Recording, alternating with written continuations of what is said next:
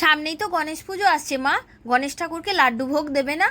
হ্যাঁ, তাহলে বোঁদে দিয়ে লাড্ডু করে দেবো। আরে না না, ওই যে মিষ্টির দোকান মুদিখানার দোকানে যে মুগের লাড্ডুগুলো বিক্রি হয় না, ওটা করতে পারবে? ওই মুগের লাড্ডু দারুণ সুন্দর করতে পারবো, করে দেখাবো। হ্যাঁ হ্যাঁ, করে দেখাও, আমিও একটু শিখে নিই। মুগের নাড়ু বানানোর জন্য এখানে আমি 250 গ্রাম মুগ ডাল নিয়ে নিয়েছি। 2-3 বার জল পাল্টে পাল্টে খুব ভালো করে ধুয়ে নেব। কোনো রকম ভেজানোর ঝামেলা ছাড়াই আজকে আমি নাড়ু বানাবো।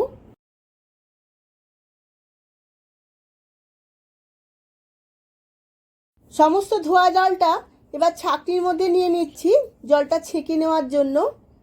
এইভাবে সমস্ত ডালটা ছাঁকনির মধ্যে মেলে নেব, যাতে কোনো রকম জল না থাকে ডালের মধ্যে।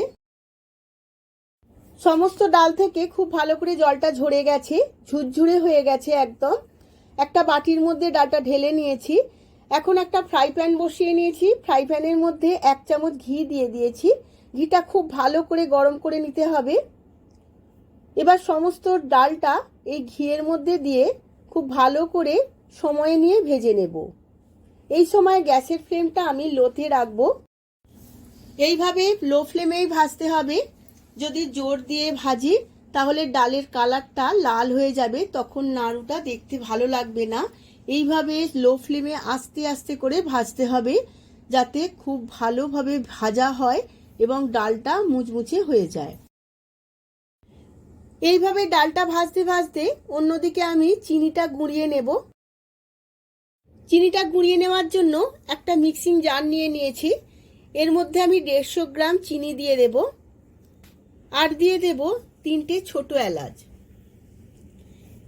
এবার চাপা দিয়ে আমি মিহি করে গুঁড়িয়ে নেব।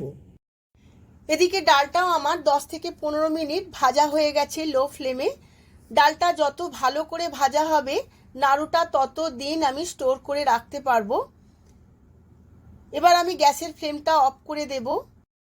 এদিকে চিনিটাও আমার গোড়ানো হয়ে গেছে, এবার বাটিতে ঢেলে নেব। ভাজা ডালটা একটা বাটিতে ঢেলে ঠান্ডা করে নেব। এখন একটা মিক্সিং জার নিয়ে নিয়েছি। এবার ঠান্ডা করে রাখা ডালটা মিক্সিং জারেতে করে দিয়ে গুঁড়িয়ে নেব। ডালটা গুঁড়োনো হয়ে গেছে, আমি একটু দানা দানা করে গুঁড়িয়ে নিয়েছি, একদম মিহি করে গুঁড়োইনি। এবার একটা ফ্রাই প্যানের মধ্যে আমি 2 চামচ ঘি দিয়ে দিয়েছি। আমার মোট 3 থেকে 3.5 চামচ ঘি লেগেছে, বেশি ঘি ব্যবহার করব না আমি।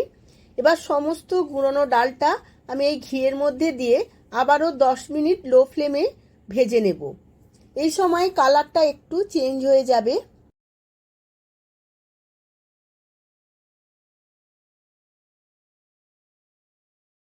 ডালটা 10 মিনিট লো ফ্লেমে ভেজে নেওয়ার ফলে এই রকম একটা টেক্সচার এসেছে, একটু লাল লাল হয়ে গেছে।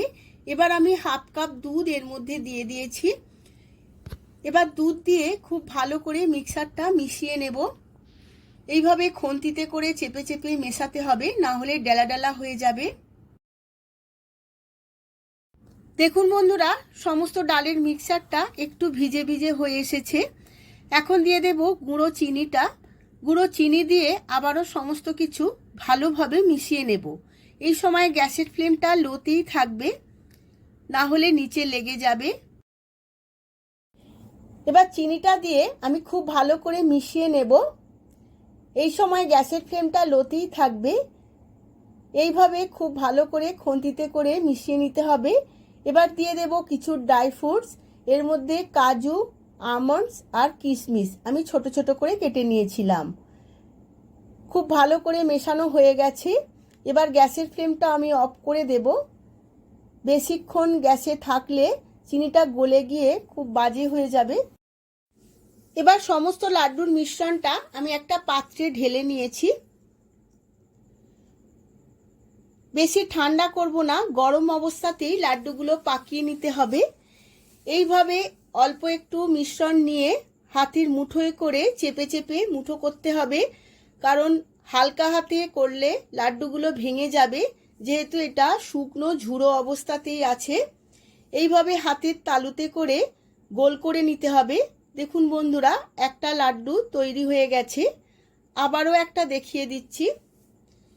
লাড্ডুগুলো পাকানোর সময় অবশ্যই হাতে একটু ঘি মাখিয়ে নিতে হবে। এইভাবে চেপে চেপে প্রথমেই লাড্ডুগুলো গড়ে নিতে হবে। এইভাবে চেপে নিয়ে হাতের তালুতে করে গোল করে নিতে হবে। আবারও একটা লাড্ডু তৈরি হয়ে গেল। এইভাবেই আমি সমস্ত লাড্ডুগুলো পাকিয়ে নেব। কি বন্ধুরা, তোমরাও আমার মতো মুগের লাড্ডু শিখে নিয়েছো তো? ভিডিওটা সম্পূর্ণ দেখার জন্য ধন্যবাদ। আর আমার চ্যানেলটিকে অবশ্যই সাবস্ক্রাইব করে দিতে ভুলবে না। আবার দেখা হবে পরবর্তী ভিডিওতে।